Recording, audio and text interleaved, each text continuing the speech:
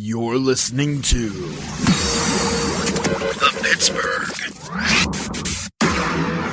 Piledriver. What the hell is that? Podcast.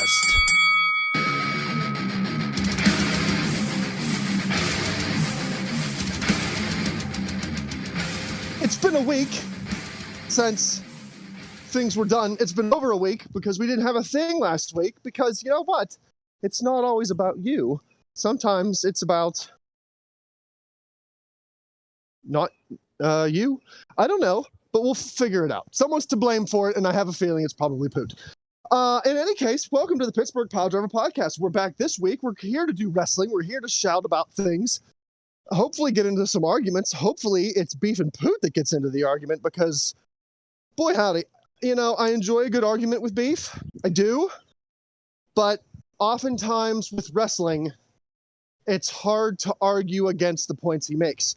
So I don't like to do that because it's tough for me to make a salient, poignant argument whenever I pretty much agree with what he's saying. But Poot and Beef, when they get into it, I can just sit back, enjoy the fireworks, listen to, you know, Beef be himself and just kind of not waver from his point. Listen to Poot get all flustered and bent out of shape and fuck you, Beef. And I can just see I can picture his face getting all red. It's a fun time. You should hope for that as well because it's entertainment of the utmost quality, caliber. And, you know, your mom.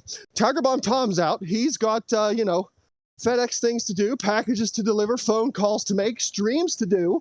So he won't be with us tonight. Rest in peace, Tiger Bomb Tom. Someday, may the Lord hold thee in his hand. Poot is off doing guitarman things, but he will be here at some point. I'm sure you'll hear him burst into the recording like a bull in a china shop. Because let's face it, fucking guy. I am here, and I am the herald of your doom. I am the herald of the Almighty, the one who will conquer each and every challenger that comes his way. Who are you the herald for? Well, I am Ransom the Madman, and I am the herald for the all-knowing, the all-seeing, the choosiest of the choosers. The man who will take your skull, spin it upside down, fill it with delicious party punch, and sip from it upon his throne of your bone. BEEFLACTUS, the world eater, the CHOOSERWEIGHT champion, the god of the Pittsburgh Piledriver Podcast. Hello, Beef. Hello! La la la. La la la. Pretzels are making me thirsty. How are you, Ransom? The great and powerful Herald. See, good. I'm good. You know, I feel like a lot of stuff has happened in the small amount of time between our last recording and this one. Like, I know we skipped a week, but still, it seems like with everything that's kind of newsworthy happening in the wrestling world, almost like we've skipped a month or so.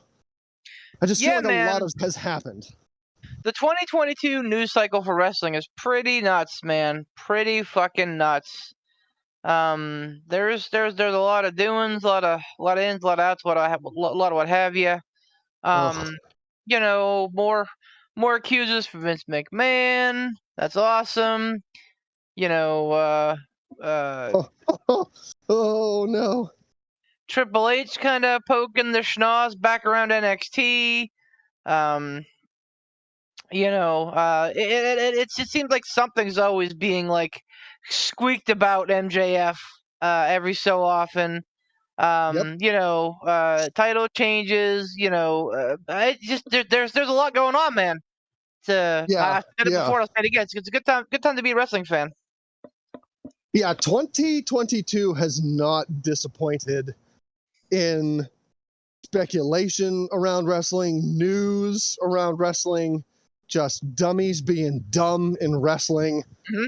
Like, really hasn't. 2022 has been a bang-up year for people who like to get together and talk about wrestling because there's so much to talk about. Mm-hmm. Mm-hmm. Good Lord. Let's start with Vince. So before it was what? 3 million Allegedly. To one accuser, which was some like staff intern or whatever, secretary or something. Right. So allegedly, there was a $3 million hush money payout from Vince McMahon. The board found out about it, did some investigatings. Vince stepped down as CEO. Yes. He's still in charge of creative, so he's still head of creative. And has been on TV 100% more than he would have been had these accusers never come forward. Yes, absolutely. Stephanie is, she's what?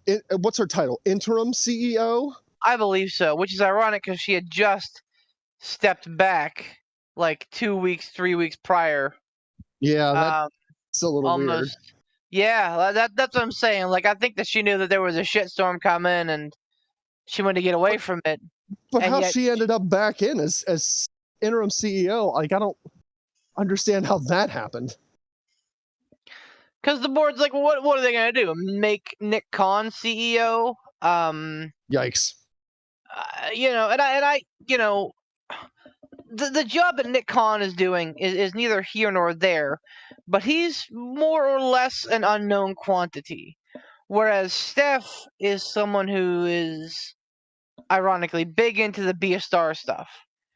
She is big into the trailblazing stuff. She's big into like the media. She's a face that you can put out there and say, our interim CEO, Stephanie McMahon, has been there, has done that, in her we trust. Nick Khan, if you say that, it's like, well, this is his first opportunity. Good luck.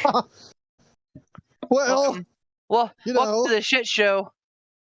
Kind of like starting my customer service career at Verizon Wireless. It was like, well, you're either gonna sink, you're gonna swim. We'll figure it out sooner or later. Good luck. Yep, pretty much. So all that happened, and then since the time of our last recording to this recording, it's come out that now there are 4 accusers? 4 total, 3 additional. Yeah, and I think 3 additional accusers. And what's the total alleged hush money? 12 million? 12 million for these additional 3. I think that would bring the total to 15 million if I'm not mistaken. Wow, okay. And holy cow. Speculation is that at least one of these 3 were on-air talent. I did see that the article said the that name it was Maria. Yeah, the name Maria has been thrown around a lot. Maria Kanellis. What? Yeah, I've heard that because like the dates and like the time kind of match up. Who fucking knows? But like, wow. Her and Mike were given big fucking contracts, and then like 2 months later, they were let go from those like big money contracts without batting an eye. I'm not saying. I'm just saying. Like, how often have you known that WWE gives a big contract and then lets them go immediately thereafter? Very rare, right? Wow. Yeah, that would make sense. Yeah, because normally they're not going to re-sign somebody and then let them go. Right. And this was like at the precipice of the whole AEW thing. So like, it may have been a little bit before, but like, still the winds of change were blowing, as it were. They took an awful big risk letting a known quantity like Mike Kanellis go. So yeah, I'm not saying anything for sure. I'm saying what I've heard and what makes sense, and that really kind of lines up. Now, correct me if I'm wrong, but wasn't at least one of these new allegations a rape allegation, or was everything consensual and it was just hush money to say like, hey, don't tell Linda, get the fuck out? I don't know. I read somewhere where it was like somebody allegedly reported that he forced himself on them. Maybe I'm mistaken. It's a good possibility that I could be mistaken. I don't want to, throw out accusations like that, but I thought I read that somewhere. I mean, honestly, here's the thing. I don't think that with your septuagenarian of a boss, I don't think anything can be consensual. Like, you can play it off like it's consensual, but it's very clearly a very old man throwing his weight around because he can. Right. It's pretty much do me or I'll doom you. Correct. Like, I'm not saying I'll bury ya, but you're probably not going to see a title. Coerced is the article that is the word that I read on the article on CNBC. That's it, coerced. Which is, a pretty nice way of saying basically rape, more or less. And again, like, we're not trying to get hit with slander here. Like, we're just reporting the news. Yeah, these are all just allegations that we have read and seen. Yep. I don't know. But I mean, yeah. But I mean, and like I read just like with the Google search, like one of the headlines I saw was like somebody quoted and saying, "I'm surprised it took this long." Well, and I mean, they're not wrong. We've talked about it before. Like, wrestling is a boys' club. This is, and probably always, at least WWE is a business for the boys, by the boys. For the boys. Like, that's it. Women, no matter how talented, are always going to struggle to succeed, are always going to struggle to get paid more or as much as a man. I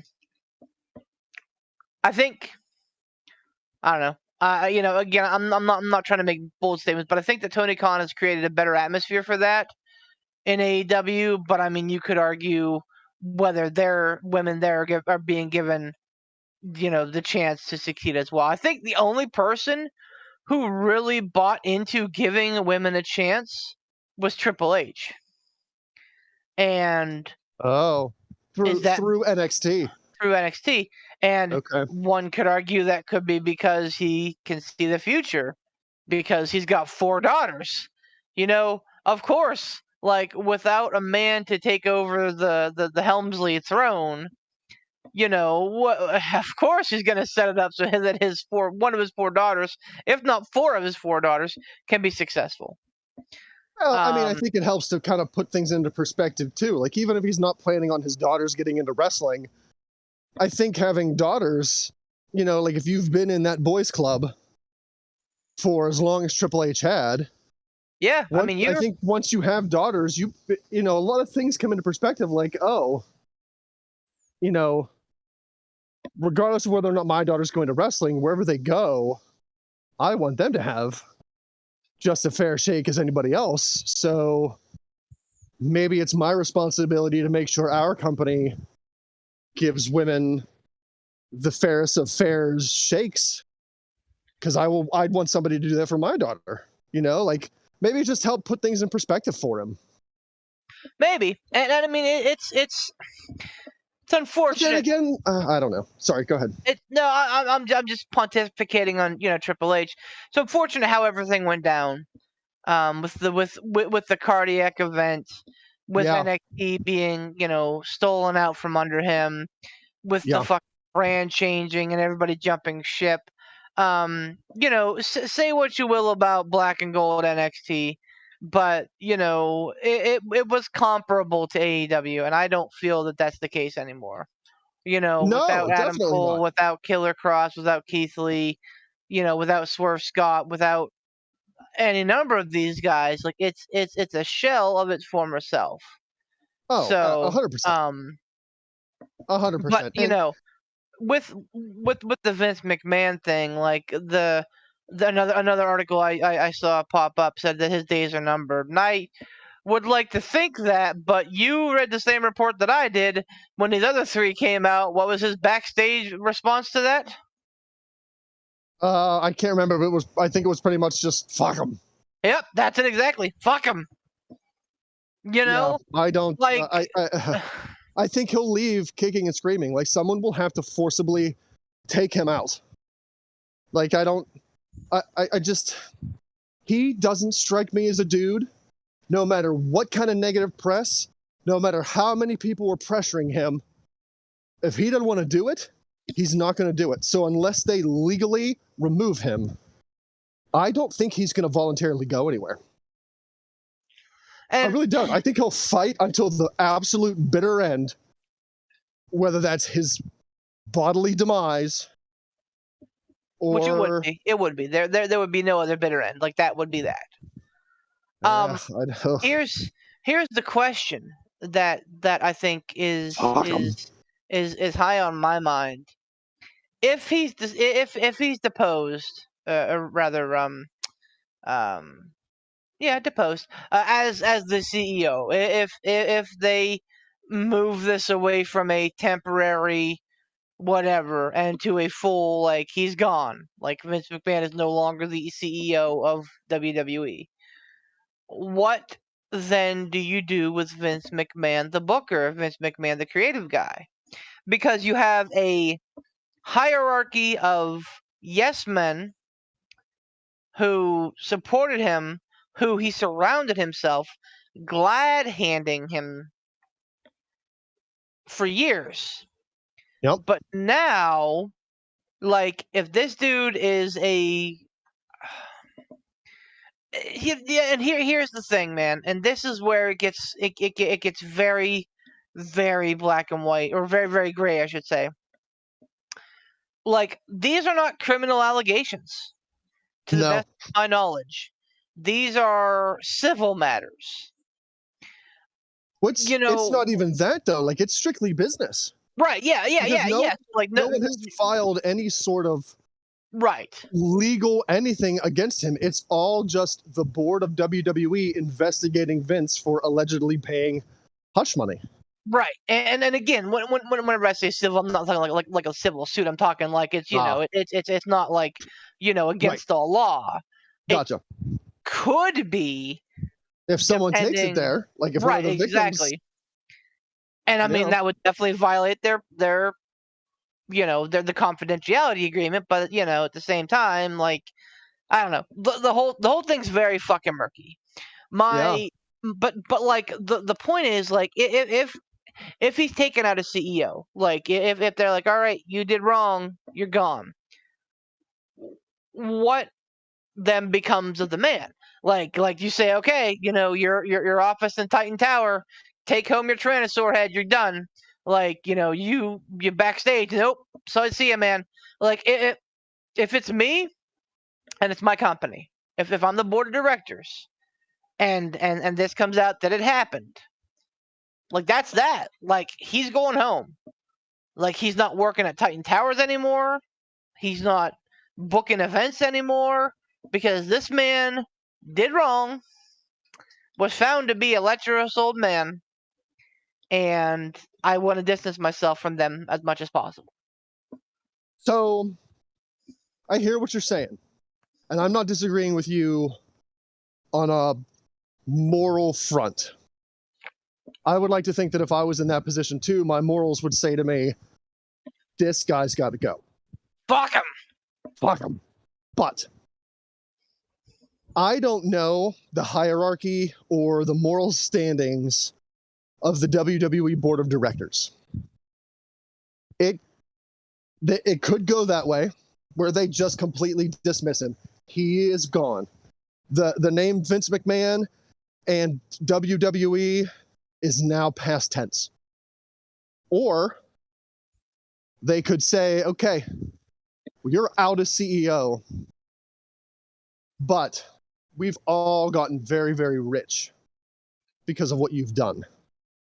So we want to keep that money flowing. Shame on you. You took your PP out when you shouldn't have. But we like the greenbacks. So we'll work something out. I don't know. I don't know how far that goes, because I think it depends on how far these allegations go. See, to me, it really feels like that whole Joe Paterno thing in State College, except for, one could be argued that Joe Paterno didn't do near as much wrong as Vince McMahon has done. But wasn't that underage something? Like, wasn't that yes, 100%. Definitely illegal? But Joe Paterno wasn't doing it. He just didn't, do as much as he could have done.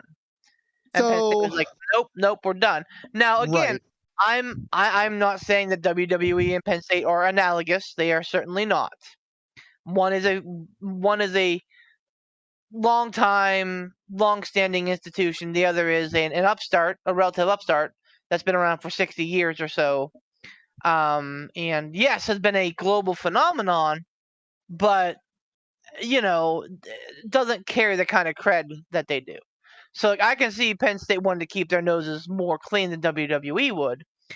But at the end of the day, man, like, you got to so like, again, if you're the board of directors, you got to think, if Vince gets ousted, which it seems at this point very likely that all this happened, and it's going to lead to a swift justice.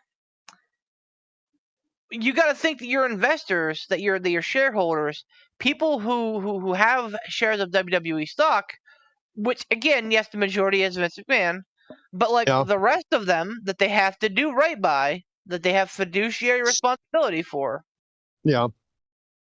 Like, you got to feel like they're going to say, what kind of business is this that we've invested in, that even though the captain went down, we're still going to employ him? Like, what kind of world is that? And it's it's a weird state of affairs, but like, absolutely, I think that Vince McMahon should have nothing to do with World Wrestling Entertainment, then, now, or forever. So, I mean, you're definitely coming at this from a level of a higher moral compass. And so let me do apples to apples here. Okay. In a world where Marty Scurll can't get work because he allegedly made a younger lady, still of legal age in Britain, suck his dick. After she had been drinking. Yeah. There's a big gray area with Marty. But in a world where he can't get a fucking job, Santino Marella, I read this today. Santino Marella is having a show, and he booked Marty for it, and people were like coming at Santino. I saw that. For booking Marty. Yep. In a world where Marty Scurll, who in theory did nothing illegal, maybe morally reprehensible. Yeah. Doesn't get, legally. Doesn't get fuck all. So. But how can you let Vince McMahon continue to fucking walk around with his fucking grapefruits out? Like, I don't see it. I mean, and the other part of it is, like, this is the same, like, that's like letting a child pornographer walk around an elementary school. Like, you're putting him in that exact same situation where he was guilty of wrongdoing. That's the biggest thing. Yeah. But look, here's the hard truth. And this isn't just a wrestling world hard truth. This is like human beings 2022 hard truth time. And it's a tough pill for a lot of people to swallow, which is why a lot of people don't swallow this pill. They gag it back up. But the fact remains, things aren't fair for everybody. Mm-hmm. Everybody isn't on an equal playing field. And it's not just a WWE world. Like, unfortunately, I think in an ideal world, I think we can all agree in an ideal world, things being fair across the board for everybody would be great.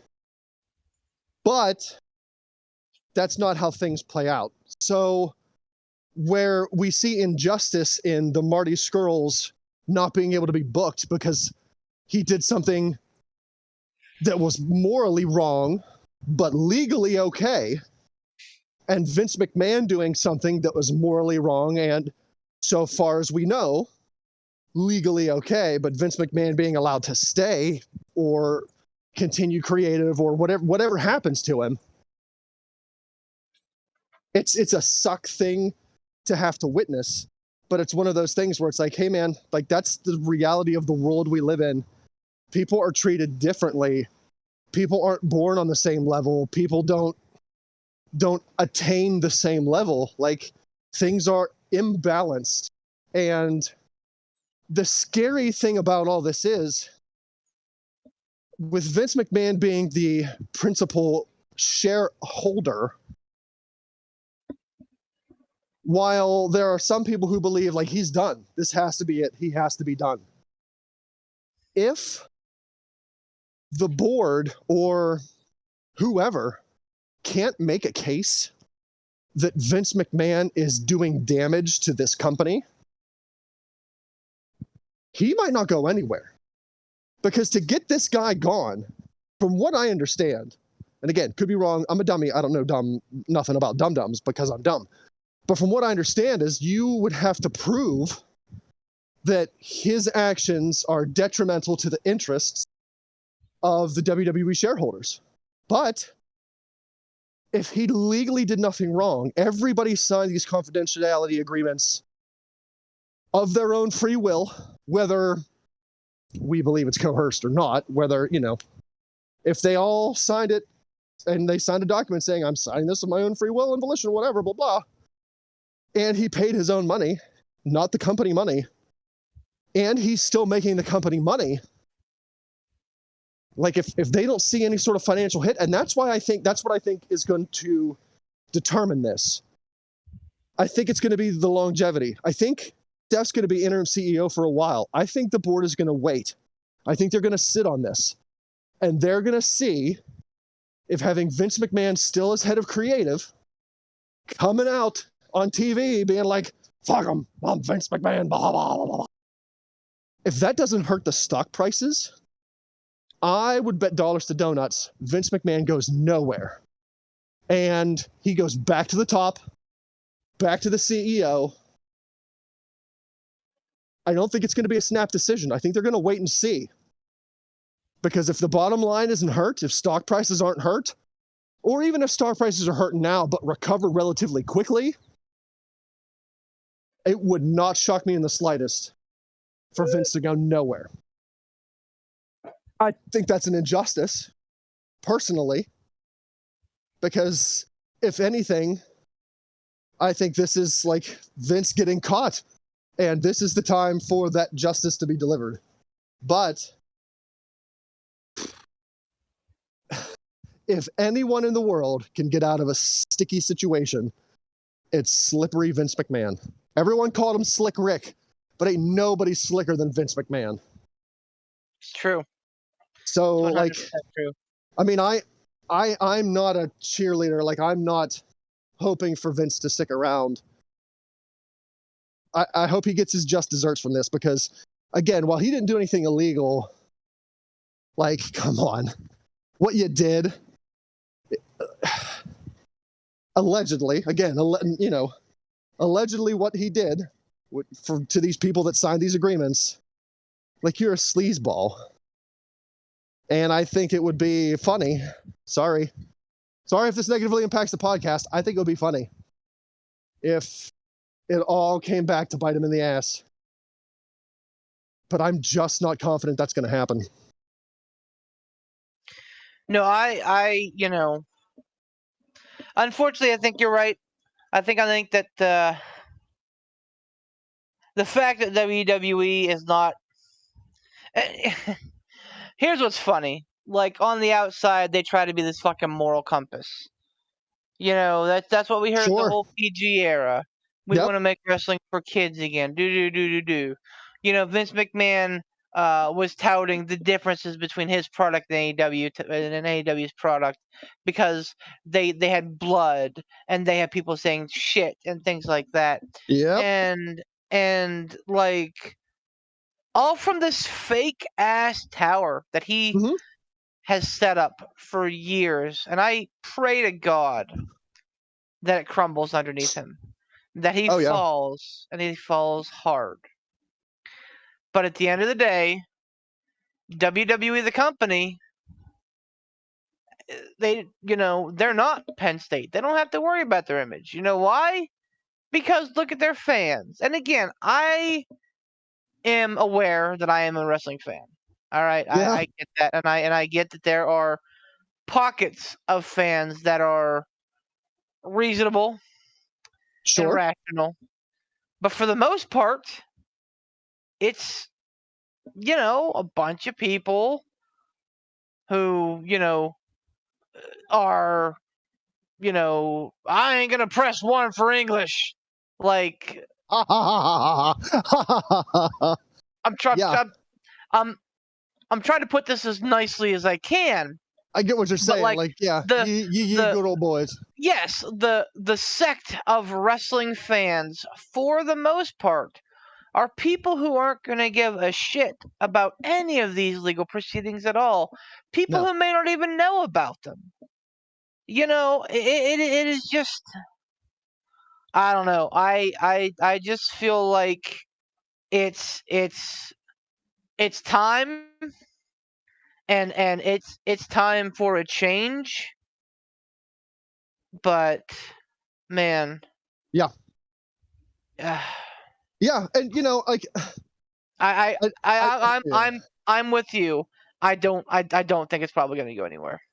I'm all for this I'm all for this change for a multitude of factors. Like Vince, clearly a slimeball, and I truly believe, like, look at all of the storyline angles that this sicko has come up with over the years.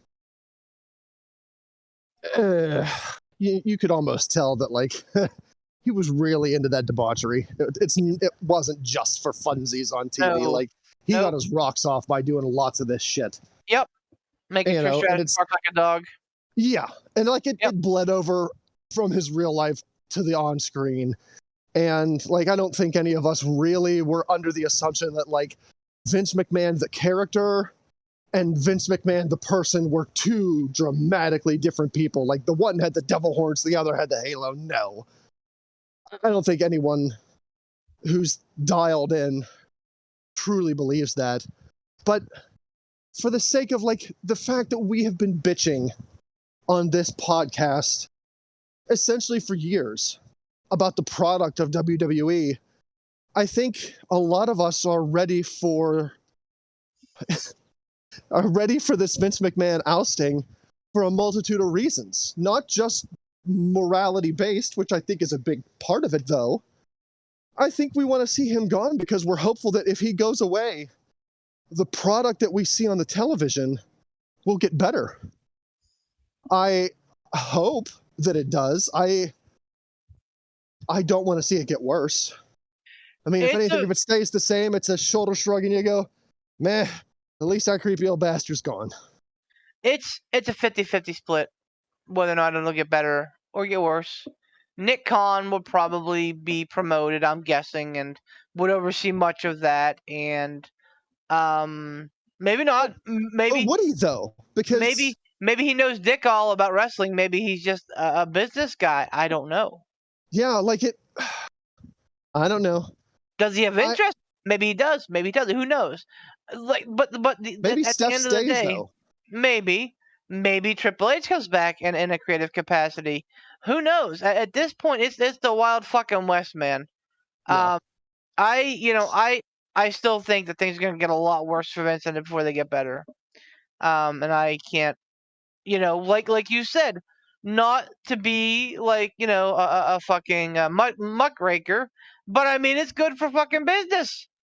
It's good for us to flap our gums about and give us content. So fuck it. Yeah. And I mean we've watched him dissolve some of the most wonderful things in wrestling in the last 10 years and just completely, utterly eradicate them.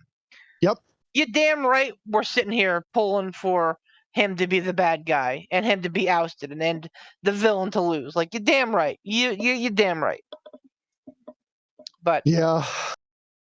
on a happier note, let's talk about Money in the Bank, and let's talk specifically about Liv Morgan.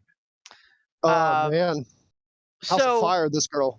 yeah, man. I want to first say this, that I think that this bullshit that they've been doing with the women's Money in the Bank being cashed in immediately is stupid, is worthless, and is a big build up for, yeah, it's a payoff, but I mean, like, it absolutely could be 10 times what it could be.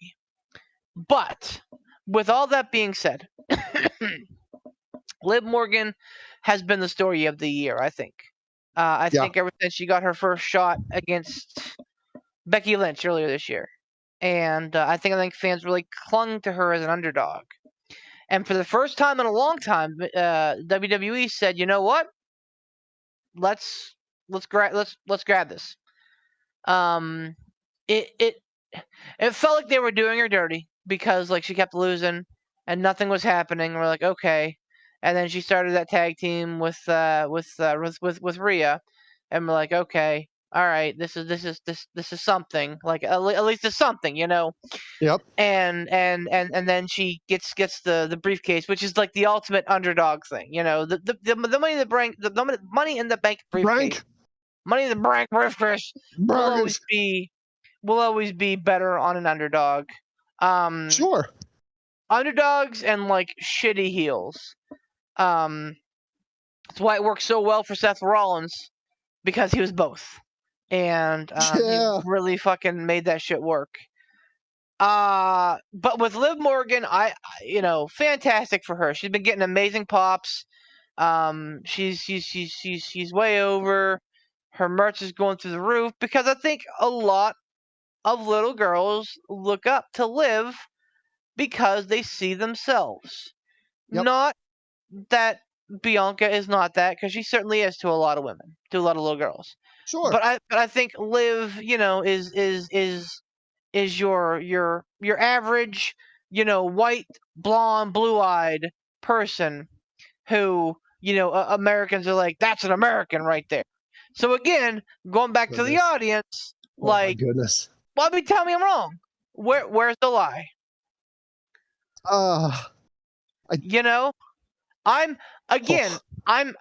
not saying that our fan base is diverse. It isn't diverse. It is, but the vast majority are still the ones that walk into Kmart with $15 and walk out with a Stone Cold T-shirt that's not approved by WWE.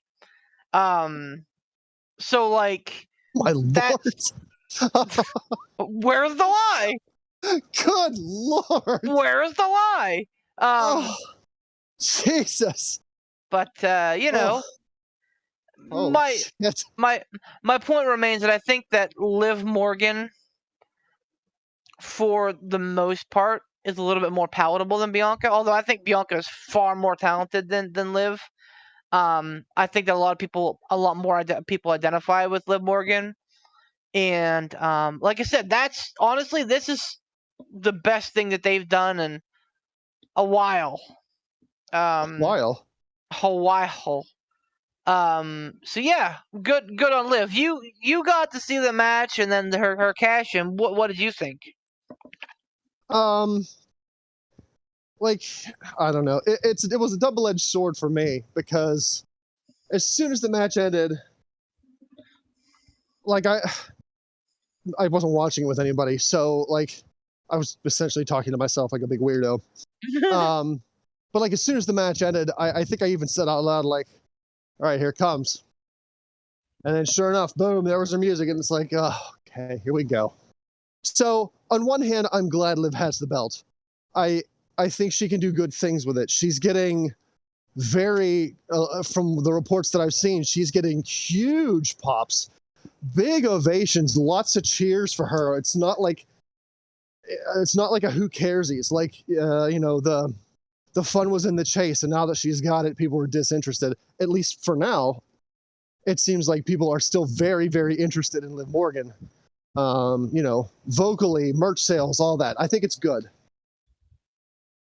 The other side of the sword is I'm a little bummed out that it seems to be, with at least one of the Money in the Banks, it doesn't make it past a month before there's a cash in. Like, I don't know. Like, I don't understand why there's a necessity to cash it in so soon. Mm-hmm. Like, I loved the old style Money in the Bank where it was almost like a sniper in the bell tower. Like, you didn't know when they were coming. It could come at any time. It could be a match on Raw. It could be a match at a Survivor. Like, it could be a pay-per-view. You never know. It could be at the end of a match. Hell, it could be in the middle of a damn match. Like, it was always one of those things where it's like it was looming. So when you saw a title match end, you kind of did like the shift in your seat. Like, you were sitting back, you were relaxed, and you're enjoying this match. It's great. This is great. I'm having a good time. Match is over. And you just kind of sit forward a little bit because you're like, is this it? Is this it? Is this it? Screen goes to black. Oh, okay. Then you sit back. There's none of that anticipation anymore. I feel like we as the audience are really getting robbed of that anticipation of like, oh, is this going to be it? Is it going to be it? They did a great job of that in the past. But at least with one of the briefcases, not so much anymore. And that's a little disappointing. I agree. I 100% agree. And here's,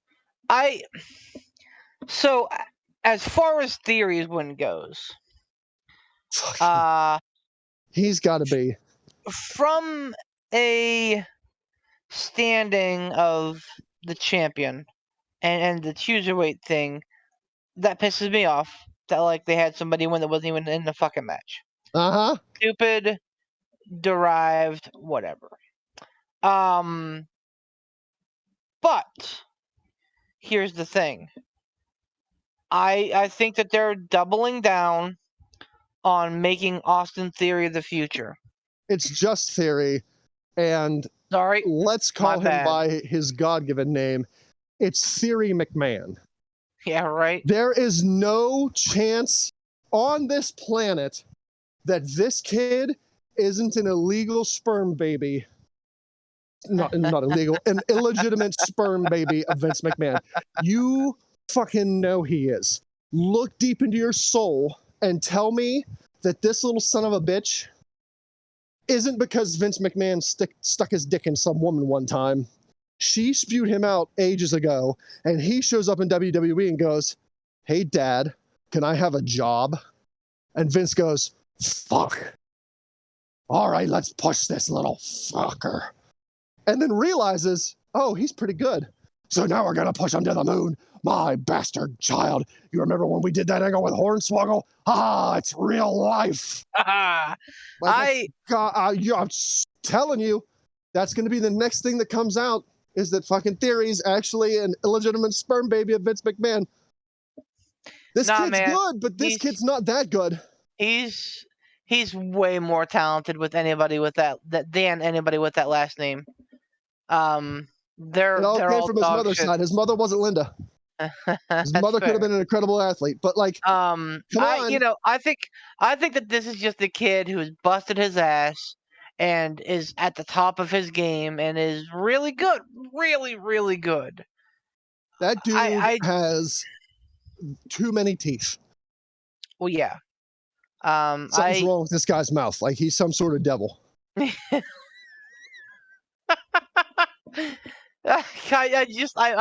just picturing that stupid picture with Vince. That selfie on the entranceway with this big dumb fucking grin. Dude, I'm telling you, like he's some sort of demon. Vince McMahon fucked one of those Resident Evil monsters and out popped stupid Theory. I'm telling you, that's what happened. He banged T-Virus and out came T for Theory.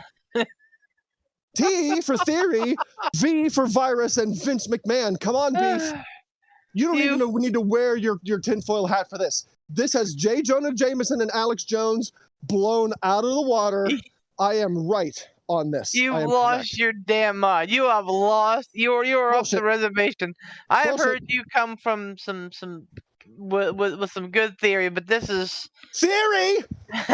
See? This dude, I'm telling you, come on. I can't wait to face rub so much. I'm gonna show up at your place, and I'm gonna legit rub your face with my face, because that's how deep this face rubbing is gonna go when it comes out that Theory is Vince McMahon's illegitimate bastard child. I'm gonna rub my face into your face, and we're gonna merge into some sort of terrifying, hideous the Thing monster, and we're gonna go plague Antarctica or Alaska or whatever the fuck that movie was from. Fair enough. I've had some rum, and now it's starting to show. Shut up. I just think, like, I'm happy for the dude. Like, he's clearly a success story. He busted his way up through Evolve, you know, and he had some shit gimmick in NXT, came up with some shit fucking gimmick. Remember when he came up initially and he was tagged with, oh, hell, what the hell is his name? I don't remember his name now. The fucking Latin Lothario. Nope. Angel something? Angel Garza. Like him and they were a tag team at WrestleMania 20. Or nope. I don't remember that. WrestleMania 36, the one in 2020, the one that was in the Thunderdome, but without fans. And it was all fucking quiet. I'm so glad Thunderdome's in the new WWE video game too. Come on. No, it's hideous. Anyway, like, yeah, like, so they like pulled him up too quick, and then they sent him back to NXT where he was great with the way. Like, yeah, he was kind of doofy, but like it worked. The way fucking worked. And then Vince like doofy. Then Vince is like, nope, I'm taking this guy and we're gonna strip him of his first name because it sounds like Stone Cold. We're just gonna call him Theory. I'm gonna forget what his music sounds like at WrestleMania and get all freaked out when I hear the music pop, like, you know. But you know, good for him. Here's my problem with the men's Money in the Bank. Go on. The week prior to Money in the Bank, they were all doing their shtick where they're sitting on ladders talking about how they're going to cash in at SummerSlam. And ever since the Money in the Bank has been given, Theory's been talking about how he's going to cash in at SummerSlam. Like, that's it. It is a fait accompli. At this point, you may as well make it Lesnar versus Roman versus Theory. Because we know it's a last man standing match. We know they're both going to get knocked the fuck out. Theory's going to come out and pin one of them, and there he goes. A month, not even a fucking month. Both of your Money in the Banks are burned. Both of them. You're 100% correct, man. Time out for just a hot second. Yes. They're gonna burn this briefcase so early at SummerSlam, and they're gonna give this dude the unified belt or both titles or whatever, like that. Like, you see him carrying those belts already? Yeah. They're going to make him the youngest WWE champion. They already have him as the youngest person to compete at WrestleMania, the youngest person to compete in a Royal Rumble, the youngest person to win Money in the Bank. Like, it's going to happen. This guy is going to be their fucking branding for the next decade. So, what happens when Cody Rhodes comes back? Well, that's an interesting. That's a good looking proposition, isn't it? Like, do we see a belt split when that happens? So that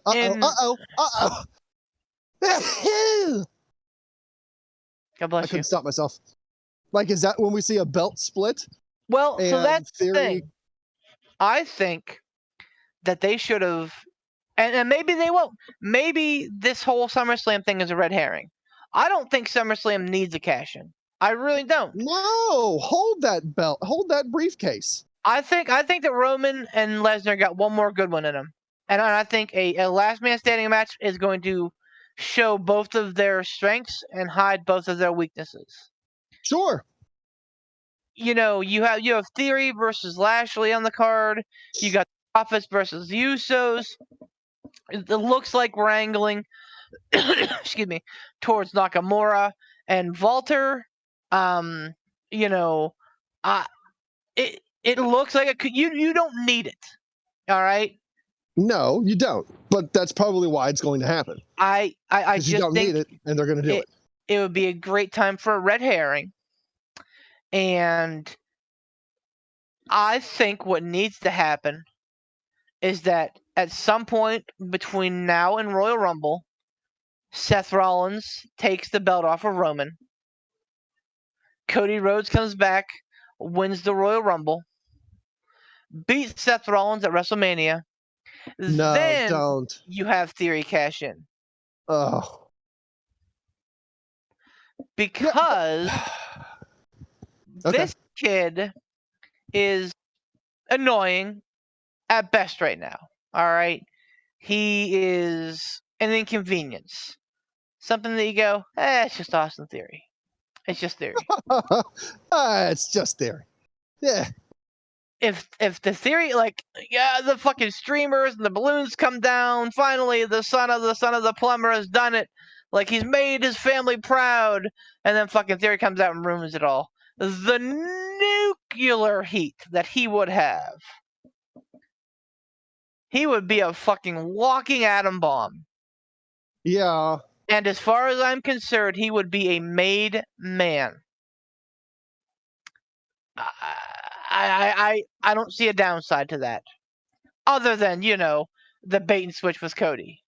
That sucks. Yeah, like, I don't know. But I mean, Cody, what was he sitting there fucking talking about in AEW?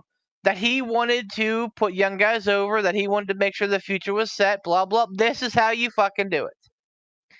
And guess what? He would still have his WrestleMania moment. He would still have his name in the WWE title lineage, and there's no saying that he couldn't then beat Theory next year at SummerSlam for the title and have his big moment and his big run.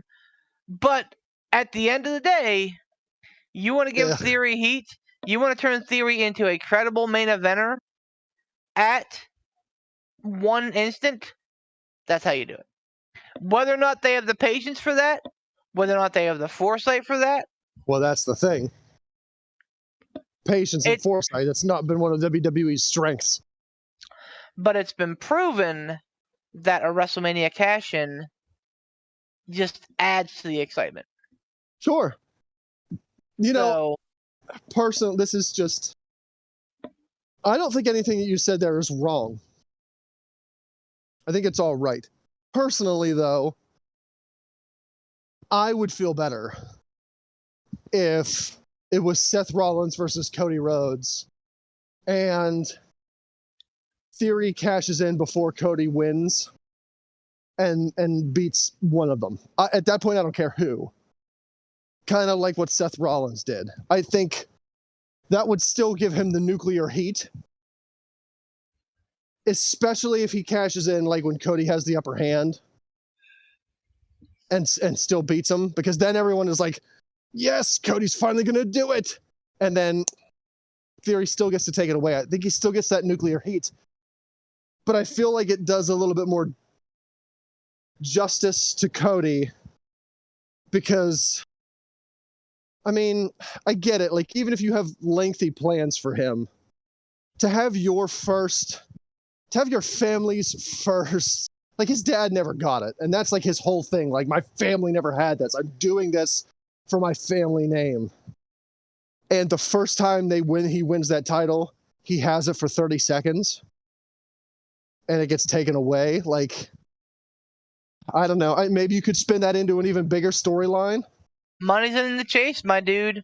Like, imagine that happens, and like everybody's so happy for Cody, and then he gets yanked away. Imagine how much more support would then be behind Cody again. Yeah, I suppose you're right. Like, you have a nuclear heat magnet heel, and you have like the ultimate baby face. Yeah. The question becomes, if you go that route, and we're, 7, 8 months into the future here, what happens with Roman Reigns? You've invested fucking 3 years into this guy. That's the problem. Does he get a nice long vacation? When then... this started with Roman Reigns, when this whole tribal chief thing began. Thief! How dare you? Tribal thief. That's racist. I was like, this is gonna be great. This is gonna be great. This is gonna be. This is how you do it. Somebody is going to get a big fucking rub from this, right? Okay, great. But if this goes down like that, and that rub is wasted. Yep. Gone to a man who's just going to lose the belt to somebody else in a few months. Yeah, wasted. And then eventually just have Theory. So I mean, and then like if you have a main event with Theory and Cody, I mean, what are you doing with Roman Reigns? He's not going to sit around with his thumb up his bum. Yeah. The one there is hope though that it could still pan out positively in both directions, and that is they don't just have one belt yet. Like they didn't take the red belt and the blue belt away and make it one belt. Roman's still carrying around 2 belts, so that's easy enough to say. Splitsville. It's easy enough to do that. Theory could take a belt from someone, or Seth could take a belt from someone. Roman, not someone. Roman could still have 1 belt. You could still get that Money in the Bank cash in with Theory, where he takes one of the belts, and then you could still have that payoff with like the next guy getting the biggest rub ever off of Roman Reigns after he beats him for the only belt he has. Like Then what was the point of sanding my face off? Yeah, man. I mean, I get it. Like, why bother? You had this whole fucking thing with Roman Reigns becoming like the fucking guy, and then all of a sudden he's not. Like, yeah. I get it. But and this is where that lack of forward thinking tends to lead. Yeah. Well, the problem is though, and like, I understand Theory is great. He is the future, but you don't need to fast burn this guy just yet. Like I think that was their error, was inserting him into this Money in the Bank ladder match when he didn't need to be.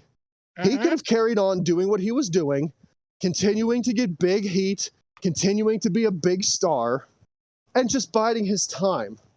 They inserted him into this mess, and then everything just splintered. Because now what do we do with him? He's got the Money in the Bank briefcase. Is he going to win?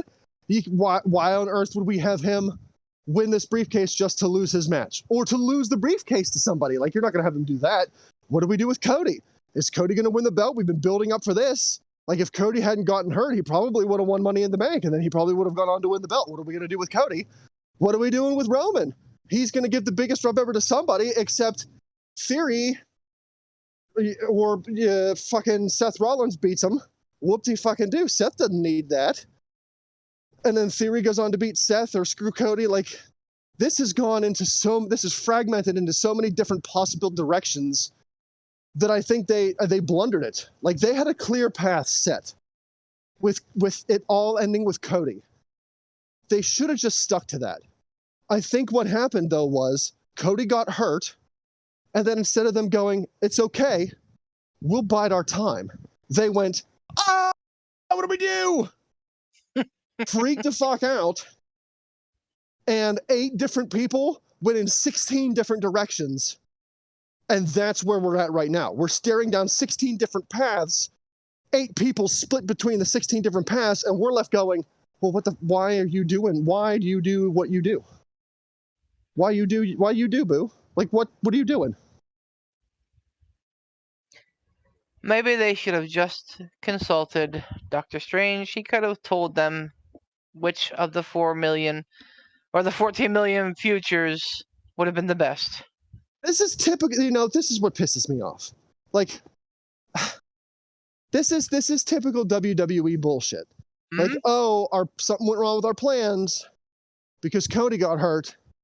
And then probably what happened was Vince McMahon threw 8 different scripts up into the air because he was mad. Fucking Cody! And then his minions scrambled to try to pick up all the pages. All the pages got messed up, put in random order, and given back to Vince McMahon. And he went, all right, fucking go. Let's go. Hurry up.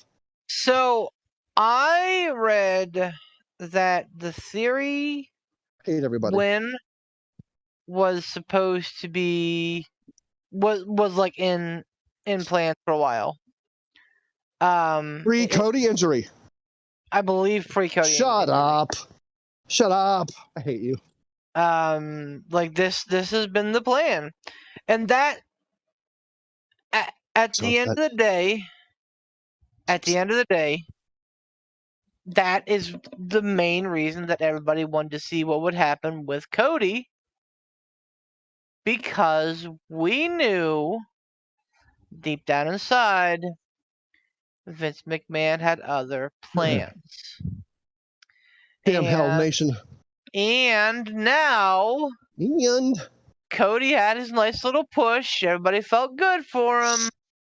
But now we're back on track with Vince's chosen one getting the spotlight.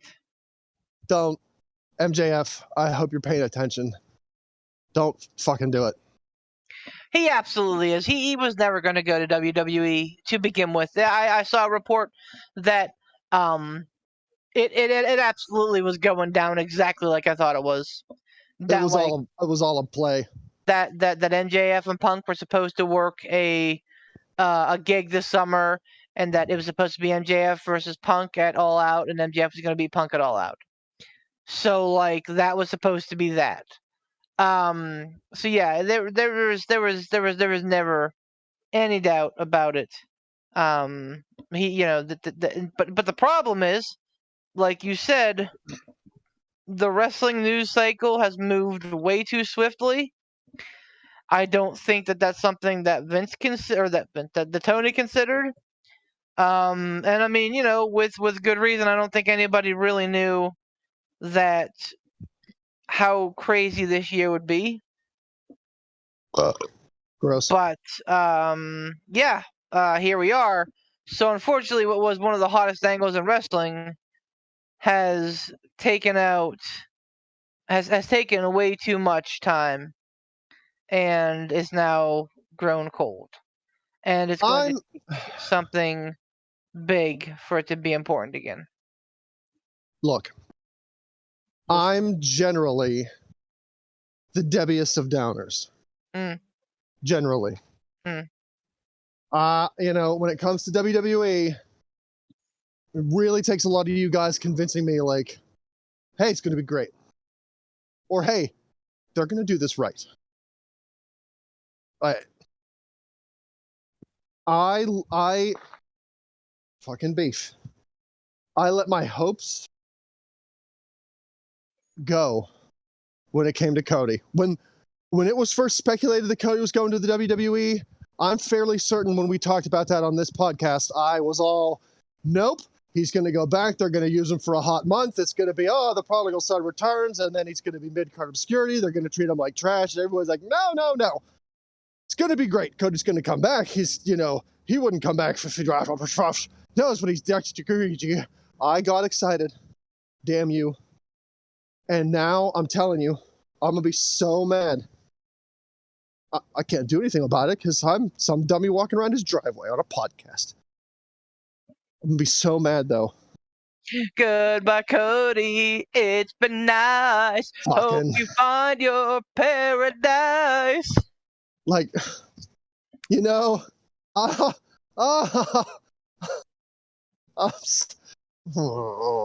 and gentlemen, Beef the Legend brings you the Ransom Stroke 2022.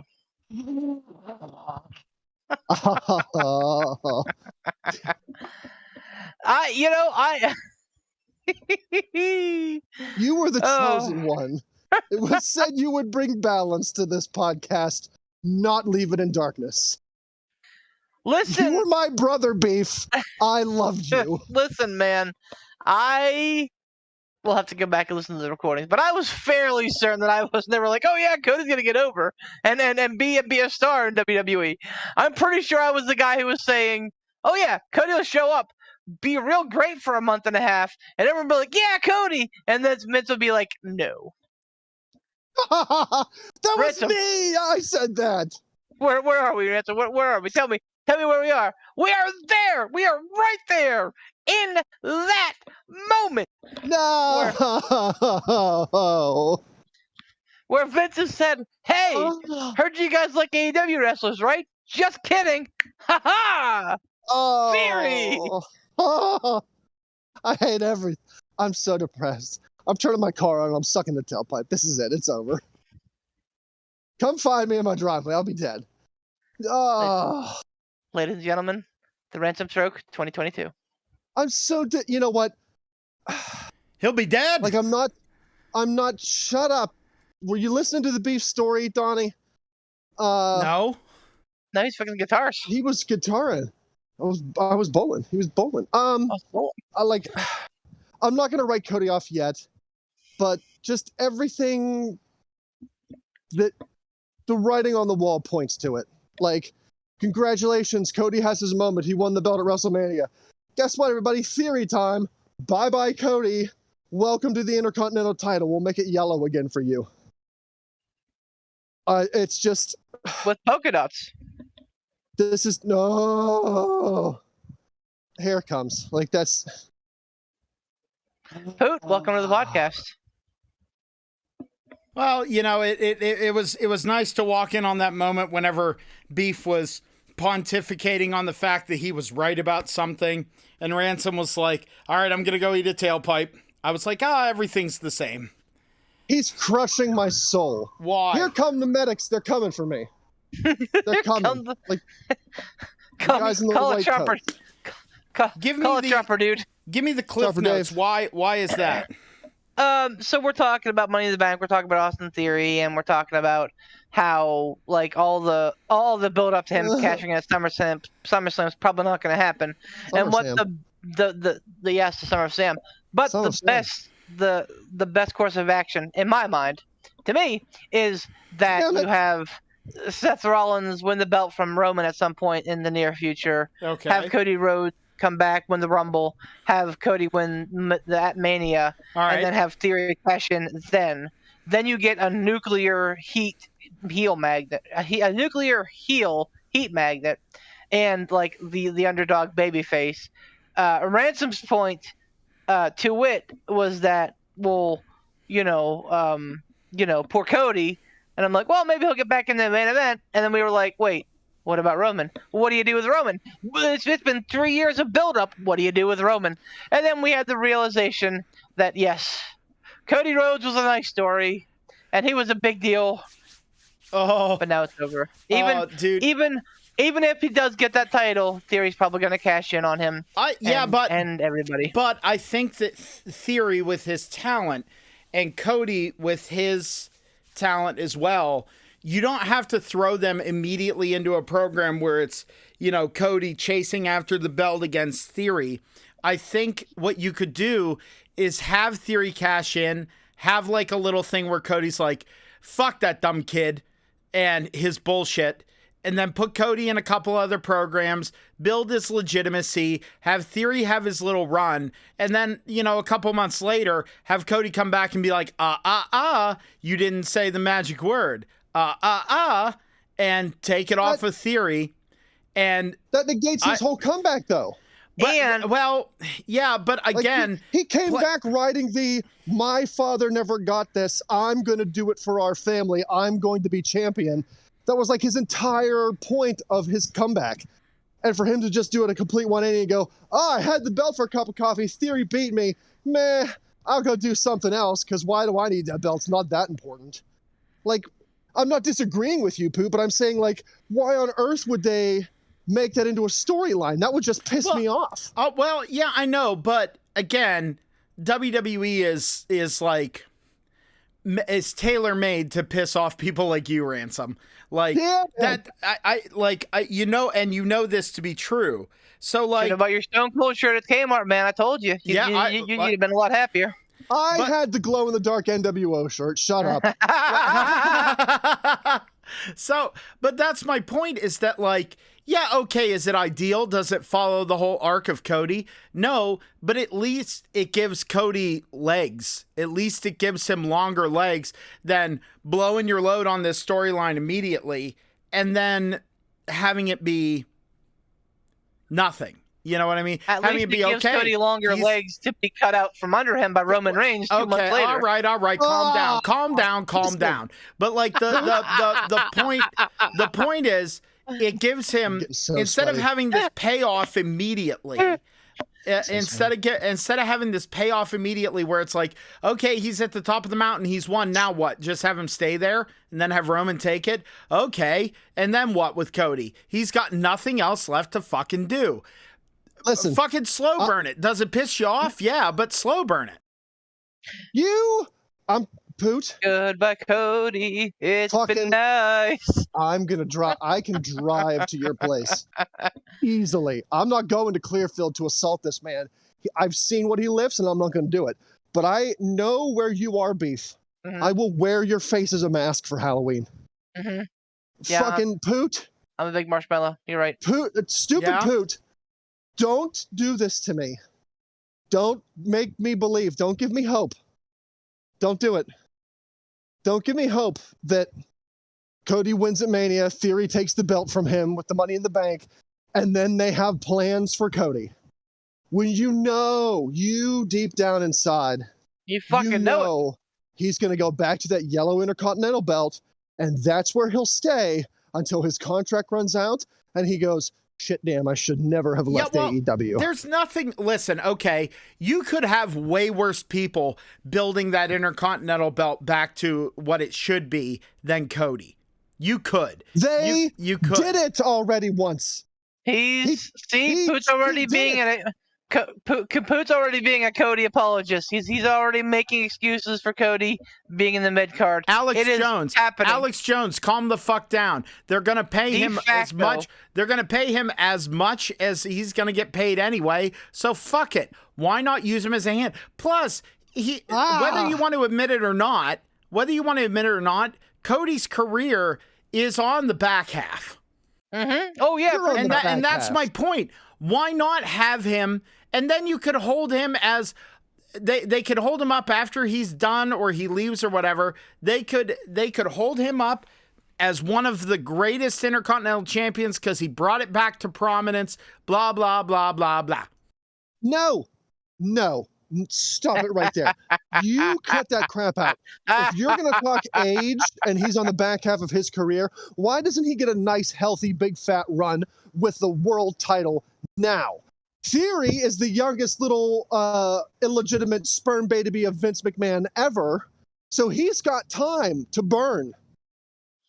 Why does Cody have to win it for a cup of coffee? Theory take it away from him, and then it's like, well, congratulations, Cody, you just fucking got what's that little bastard's name who puts that face paint on? Finn Balor. Congratulations, Cody, you just got Finn Balor. Enjoy your Intercontinental title in NXT. All right, listen. Here's why. I'm leaving. Here's why. All right. Vince McMahon has his feet in two different places at once. The past and the future. Vince McMahon doesn't care about the today. Cody is the current. Cody's not the future. Cody is not the past. Cody's the current. Vince couldn't give two shits about today. Vince cares about yesterday and tomorrow. Cody Rhodes is going to be champion, be it for 30 minutes or 3 months. He will not have a JBL style run, a Cena style run, a Roman style run. He will have a short, Well, at least we gave him the belt run. And then maybe he'll have a couple nice feuds here and there. Maybe we'll say, man, that Cody Rhodes, what a worker. Imagine if... ... There you go, Ransom. That's how you do it. Oh, It's gotten very quiet. so what other BS have you guys talked about? I talked about Vince McMahon. Oh, and his proclivities for slipping his schlong all over the place. Yep. For his perpetual need to put it in people and create illegitimate sperm babies like Theory, and then once he finds out about his big-toothed bastard child, he fucking pushes him to the top and says, "Fuck you, Cody." God, I'm so upset. Can we wrap this episode up? I'm so mad. Is this something that's actually become confirmed that Theory is his kid? No. Ransom has slipped some Alex Jones juice in his, all right, in his body. Okay. Mark my words, Poot. On this the day, July 14th of our Lord, the 2022nd year of a Thursday. Mark my words.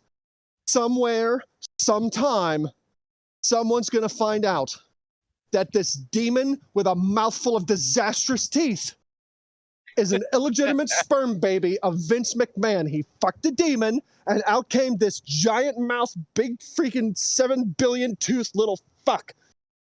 And Vince McMahon found out about it and went, I can't afford any more money. I have to just make him a champion. I haven't heard Ransom this adamant about something in a long time. Dude, I am fueled on hatred and rum. I'm very upset. I said this right before you got in here. Hold on, I got to take more rum in the mouth. Tom's? I said this before you got in here. Yeah, baby. I am generally the Debbie Downer of the podcast.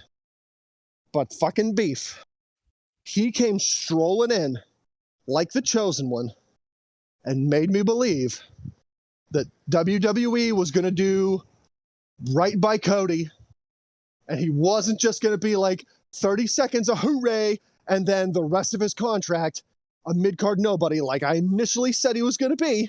Nope, he made me believe. Fucking Beef did it. He made me believe.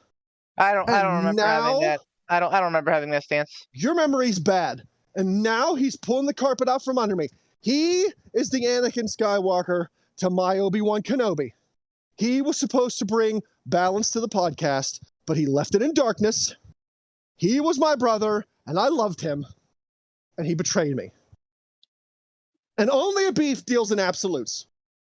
I'll do what I must. Fucking get him. I don't know, maybe it wasn't Beef, but one of you three bright-eyed, bushy-tailed idiots said to me when I was on that rant about how he's going to come back and be big king shit for 30 seconds, and then he's going to be relegated to the mid-card bullpoo. Somebody did it. Somebody was like, no, it's going to be great. They're going to do right by Cody. He wouldn't come here if that was what they were going to do. He wouldn't do that. No.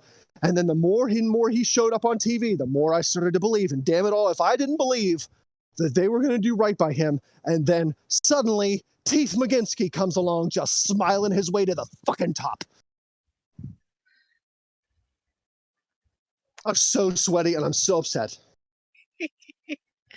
This has been a good one. Do we have a stump them dumbasses? Yeah, let's do that. Pat still my heart can't handle that. All right. That will be fine. Can we do it on the next episode? Nah, man, ain't gonna be no next episode this week. What? Oh, come on. Why are we relegating to one episode a week when it's not? This isn't even a Pick Super show. This is just bullshit show. It's been you and me rambling for an hour and a half, man. It's been an hour and 20 minutes on the button. He's so upset. Well, let's go for at least another half an hour, and I'll chop this into 2 episodes, and I'll call it. Oh fuck!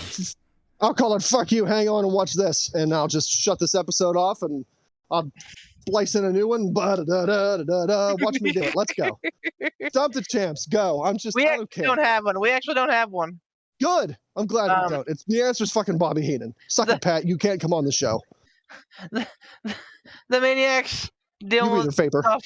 He was supposed to come on, I think, last week, and he's been going through some stuff, which works out well because we didn't have a show last week. I take it back.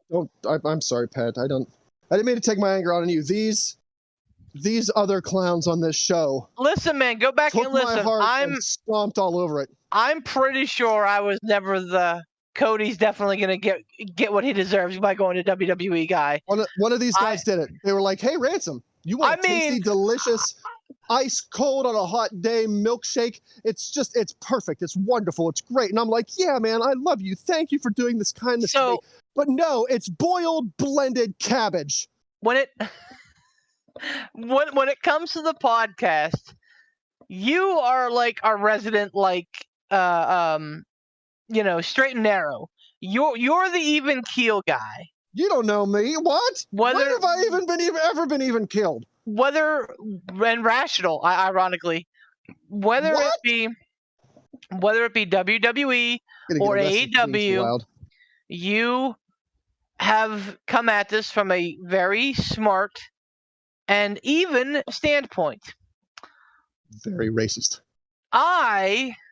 When it comes to WWE, am not. I am very negative.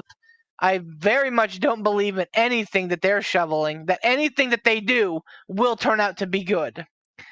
Poot is our resident pie-eyed man. Yeah. He's the guy that's like, I think it'll be okay. Yeah.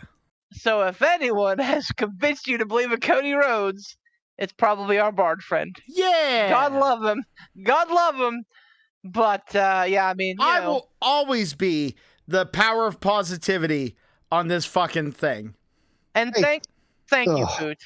Thank you for that, because we need it. Thanks for shaving years off my life. I appreciate it. Throwing me into this rage tailspin that I'm currently in, turning me into a tripod of anger. You're and no, that's not a Tom reference. I have two legs and a third leg made completely out of hatred. Use it. What the hell was that? Do it. Anyway. Do it. I am happy and positive to report that Keith Lee is a champion once more, gentlemen. Yeah. Hey, speaking of Keith Lee, I saw this and I shared this in the chat here.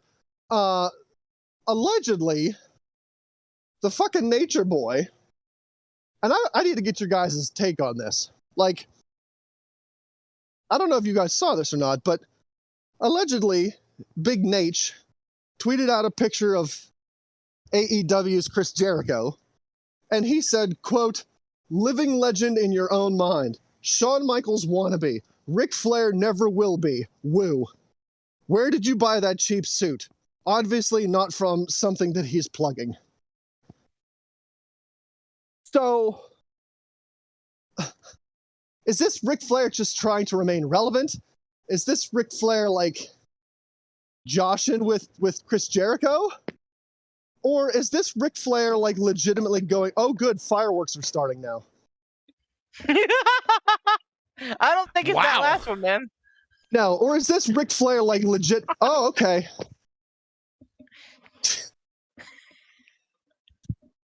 I don't even know anymore what to do.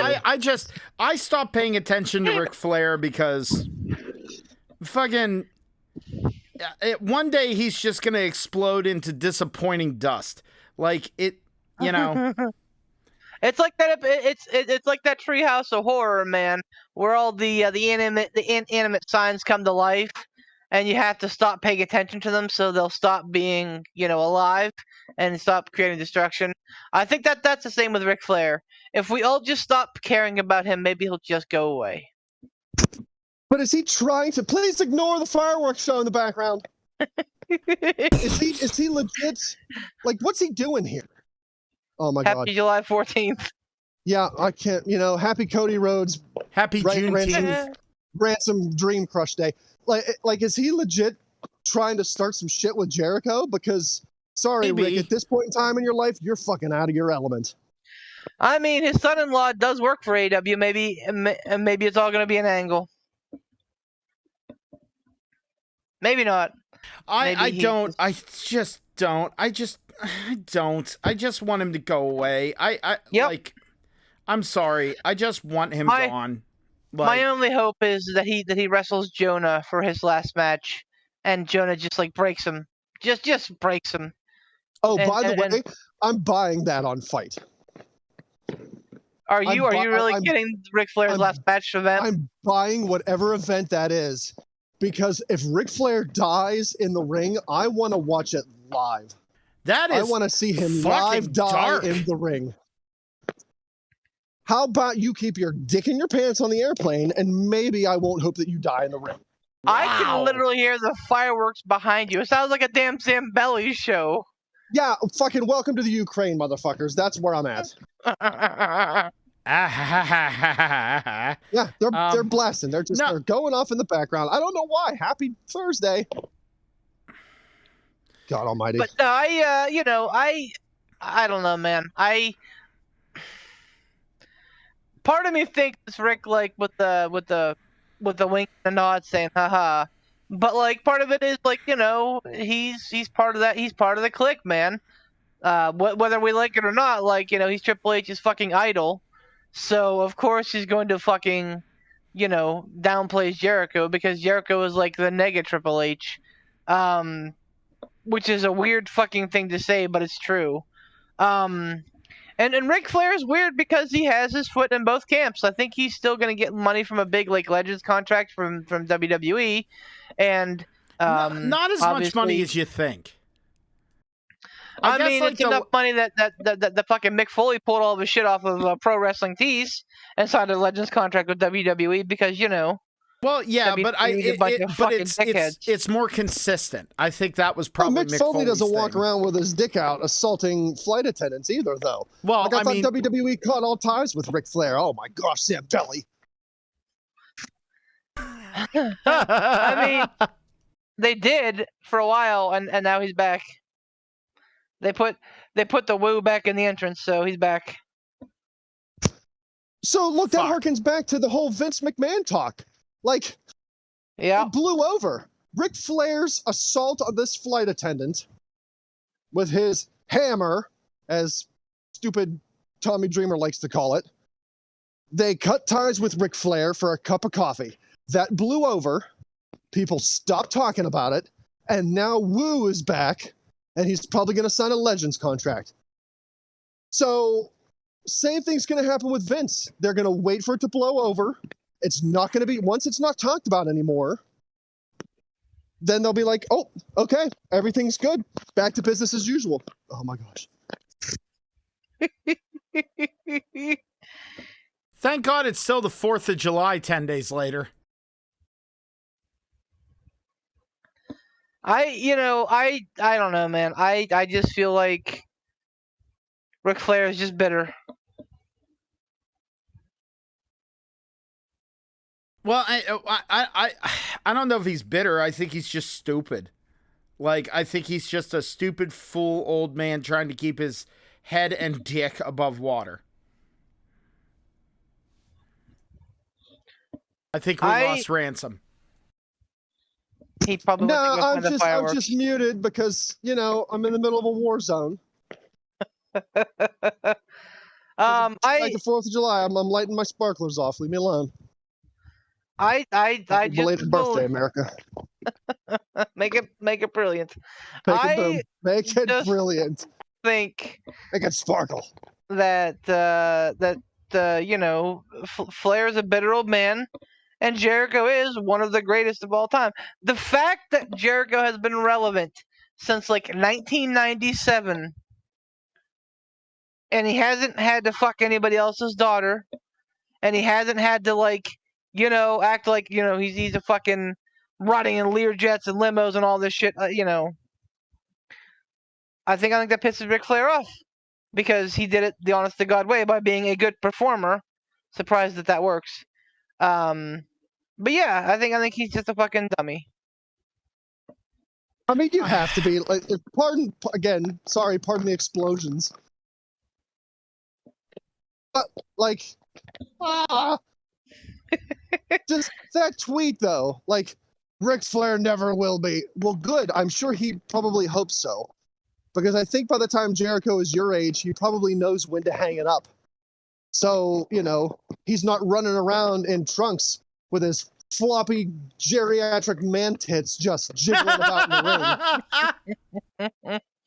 And he won't have blown his money like, oh yeah, Ric Flair never will be. Yeah, man, because he's happily married to a wife and has wonderful children, and he's cultivating a family. He's not just fucking anything with a dank snatch that moves. Man, Rick, Ransom is one of my favorite things in the world. son of a bitch, and Shawn Michaels wannabe. Okay, listen. Of anybody, I'm a Shawn Michaels apologist. I'm gonna talk through you, Zamboni. I don't give a shit. Like, I'm a Shawn Michaels apologist. And okay. Set off the big ones. There they come. Here we go. If it helps you, you can't really hear it. Okay, well, if that's the case, then I'm just going to keep talking through it. I'm a Shawn Michaels apologist, but there comes a point where even I have to admit, like, okay, Chris Jericho has surpassed Shawn Michaels. So to call him a Shawn Michaels wannabe, I think that is a tone-deaf, clueless comment, because at this juncture, I think Chris Jericho has bypassed Shawn Michaels. And that hurts me a little bit to say, because I'm so much of a Shawn Michaels fanboy. But I truly believe that that's the case. And I believe it's true. I believe Chris Jericho has surpassed Shawn Michaels when it comes to greatest performers of all time. Because, I don't know. Just look at everything Jericho's done. Look at how many times he's reinvented himself. And look at how many times Chris Jericho has reinvented himself, and that reinvention has failed. It hasn't. Like, every time he's reinvented itself, it's been a success. So, I don't know what Ric Flair's doing at this juncture.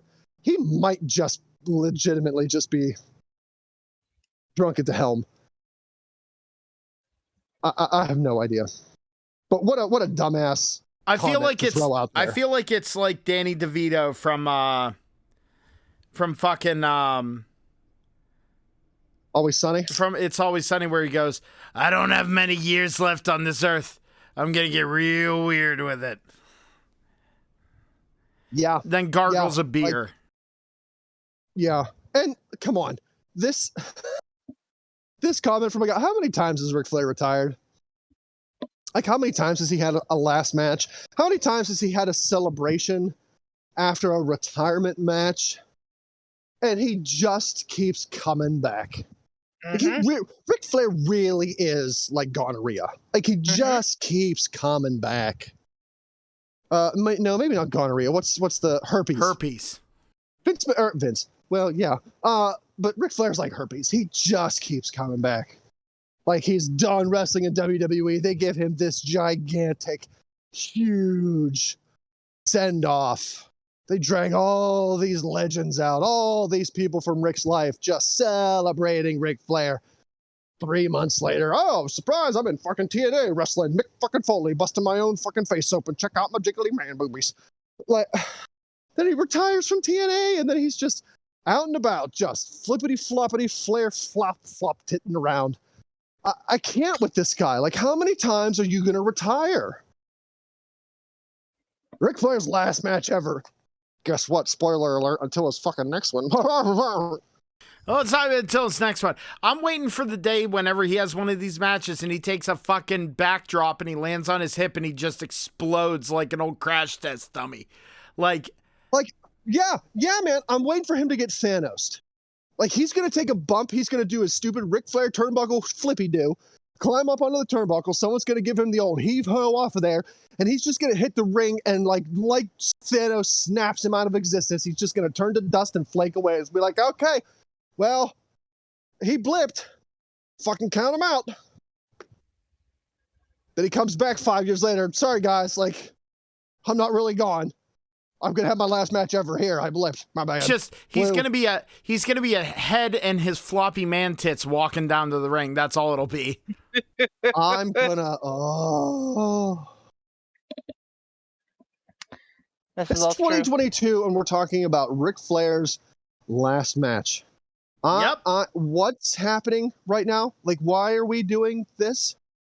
Why is this even happening? Why Because is this reasons. Life? This is... Go on. No, I don't know. Like, really, when you think about it, it's 2022. How many retirement matches has this guy had? Several. And now we're going to have Ric Flair's last match. What? Does anyone really believe that? Until he's dead in the ring? Like, until they drag his corpse out? Is anyone going to believe that it's his last match? I don't. I mean, I think he'll probably continue to have, like, just like Michael Jackson had fucking shows posthumously. I think Ric Flair will continue to have matches at the fucking VR space. It's just going to be Ric Flair's hologram. Yep. And people will still do the fucking job, do it. Like Jay Lethal. Now, Jay Lethal's going to job to Ric Flair's hologram. Like, why are you doing this?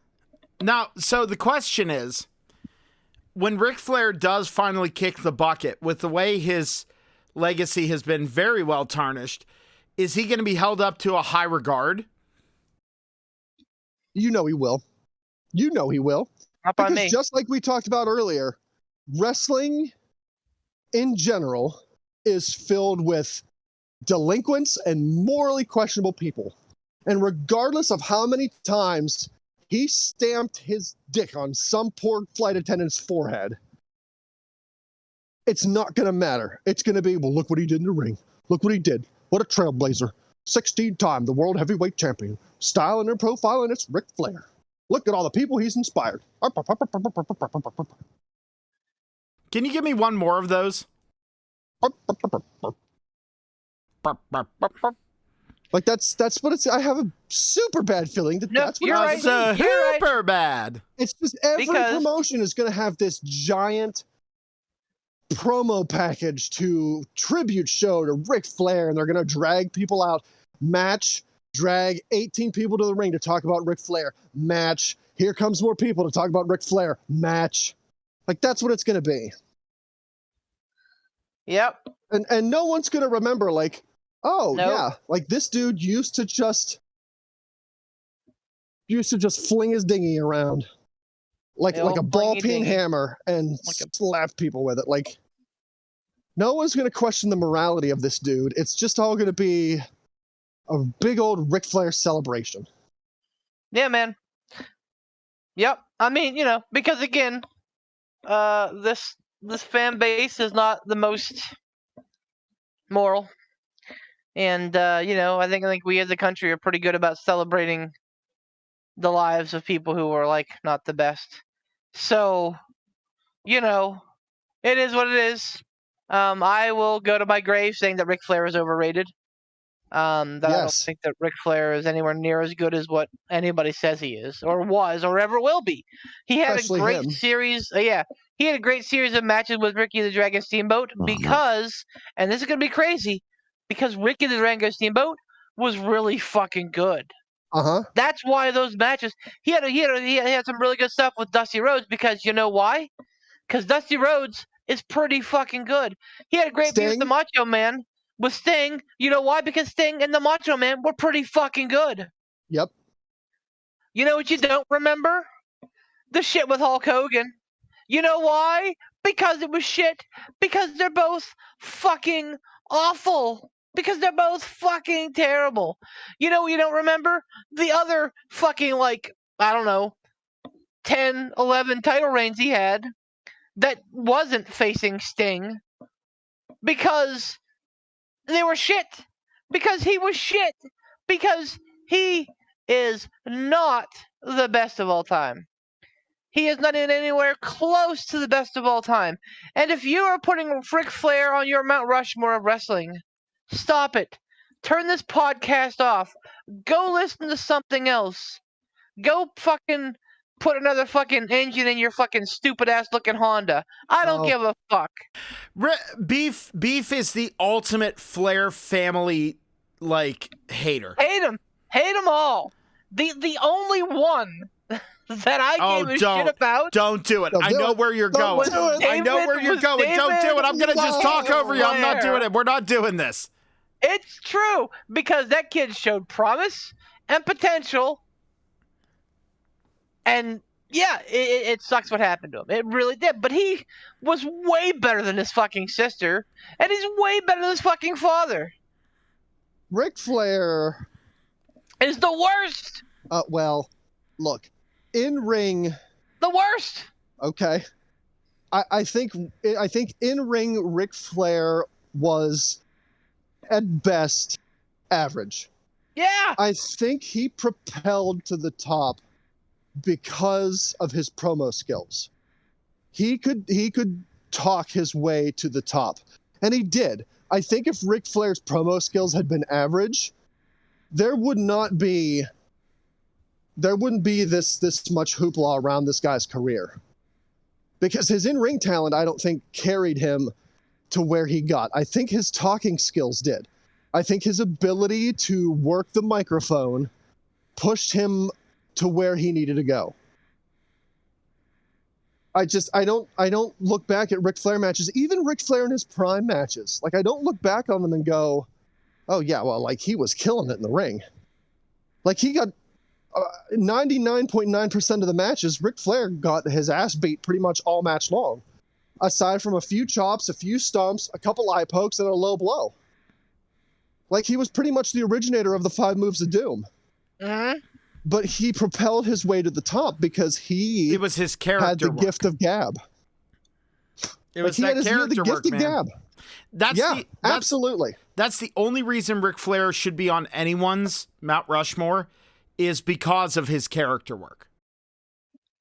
Yeah, if you had a Mount Rushmore of character work or microphone skills, I can see Flair being on there because he was a larger than life character.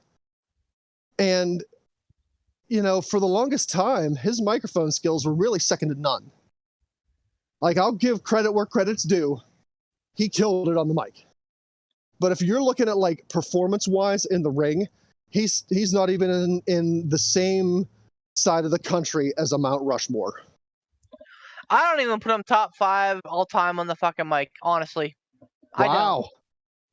Jeez, you really do hate the Flairs. The Rock, John Cena, CM Punk, MJF, not in that order. But those are absolutely probably my top 4. Stone Cold's pretty fucking good in the mic, by the way. So he would be up there. Jericho, Paul Heyman. Oh, fuck. Incredible on the mic. Bobby Heenan. Ric Flair Randy Savage may not even crack the top 10. That's a good possibility. That's what I'm saying. Everybody looks back at Ric Flair in the 80s and they're like, man, what a promo, dude. Nope. Randy Savage was twice the fucking promo he was. And you know why Randy Savage didn't succeed? Look. Randy Savage was the prototype for he was the forerunner of Scott Steiner, okay? The only thing is that he did it with pizzazz. He did it with pizzazz, and he did it where it fit the character. The fucking American Dream. The American Dream, my God. Oh, yeah. There's no... people look back, and go back and watch a Ric Flair promo, and then watch a Randy Savage promo next to it. Go back and watch Ric Flair, watch John Cena, Ric Flair, The Rock. I guarantee you that you'll come away feeling the exact same way that I did. Man, Ric Flair's really overrated. Wow. All right, so look, now, here's a serious question. Okay. If, and again, I truly deep down, as much as cuspids? Go on. I'm so confused and sweaty. What the hell was I even saying right now? Oh, hold on. Wait. Uh-oh. No, we're okay. I thought it was going to happen. I thought that was a moment. Wait. Nope. Okay. If, and this is a gigantic if. If things don't go right for Vince McMahon, and he's booted completely from the WWE. Get ready, Poot, because this is going to be dark. Who goes first? Flair or Vince? Who outlasts who? Oh, I'm gonna say Flair outlasts Vince. Flair outlasts Vince. It's basically the lesser of the two evils surviving. Nah, man. Vince is gonna outlast. Vince was probably gonna outlast me. He has so much money, and money can keep you alive. Well, yeah, but like Ric Flair doesn't have any money. Ric Flair is Ric Flair is the Big Lebowski of wrestling. He is all fucking show. He wears his little watches. He fucking shows up in his fucking town cars, and he wears his fucking jackets, and he looks like he still makes millions of dollars, but he's got like $25 in his bank account. It's all fucking show. But like, I don't know. I keep going back to the whole WWE is Vince's life. Like, that's how long has it been that that's all he knows? You know, like someone said it. I think it's our best friend Jim Cornette. I think said on maybe it was an episode of Dark Side of the Ring. Like, I very much doubt Vince McMahon has been to the grocery store in who knows how many years. Probably hasn't seen a movie in a theater in God knows how many years. Doesn't know what a fucking burrito is. Like, the WWE has been his entire world. Like, that's his world. Shit doesn't exist for him outside the WWE. So unless, if again, giant ass if he gets ousted and is gone completely, not just from like CEO, but like from creative and everything, I see one of two things happening. I see either like he goes real fast because his world and his life are gone, just gone, or he is fueled by so much rage and hatred and vengeance that he tries to start a new wrestling promotion. I don't even know if that's a feasible thing, but like I could see him being so fueled by, you motherfuckers, I'll fucking show you. And he just dumps everything into trying to start like McMahon World Entertainment or something goofy and crazy like that. Like, honestly though, it sounds insane to say out loud, but I don't know that I'd put it past him. To be like, well, I fucking built WWE once, I can goddamn do it again. Wouldn't shock me. And, you know, I get it. Like, he's 4 billion years old, and to try to start something new at that age is ridiculous. But what about Vince McMahon is not ridiculous? And he's just the type of guy that I could see doing that. I'll stick it to all of you. This is all true. I'll freeze myself. Is Jericho back yet? Nope. Put me back in. Yeah. Like, I'm going to rent a room next to Walt Disney. Here I come. Wah! I don't know. There's so much to look forward to, even if it's horrible. There's so much to look forward to in wrestling. Like, I really want to find out what happens to Vince. Like, I really want to know, like, where does this scandal go? Does it go nowhere and he's back at CEOville in no time? Like, what happens to him if he's ousted? I want to see the shit show unfold. Like, it's so morbid to say, but I do. Same with Ric Flair. Like, I want to buy this event on Fight because I just want to see what happens. Like, I want to see if he breaks every bone in his body, lands on his hip, and it just turns to gooey, mushy, dusted bone bullshit. Like, there's so much morbid stuff to look forward to in the world of wrestling. It's exciting, yet also terrible all at the same time. Mm-hmm. Yep, that's and again, it's good for the podcast business. Be that as it may, what's not good for the podcast business is droning on and on and on. That's true. We're at 1 hour and 51 minutes. Podcast talking about this stuff. I can't believe it. It's so insane to think about. It's wonderful, and we're thankful that you wonderful people listen to us. Continue to do that. I really might try to find a good spot to split this into 2, just so that we don't have a giant long ass drolling on episode that people won't listen to the whole thing. I don't know. At least for YouTube, I might try to see if I can find a break for it. YouTube. We'll see. YouTube. What? You know. What time it is. The Talking to Mose. Well, since we're doing since he might be splitting it up and everything like that, let's see. Here we go. Sponsors: Casual Gaming Dad, Casual Gaming Dad's Corner, Gould Gaming. Buy lots of stuff. It's awesome, especially from Casual Gaming Dad. Because you can get your very own P3 shirt, not $49.99, you idiots. Also, Frig Off Ransom, YouTube channel, also and good. Make sure check out Laugh Hilariously.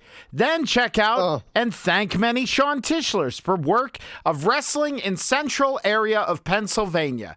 Many good, much good independent wrestling. Support much. Thank very much. Beef the Legend, Ransom the Madman, me Poot the Bard, and Casual Gaming Dad Tiger Bomb Tom. What the hell was that?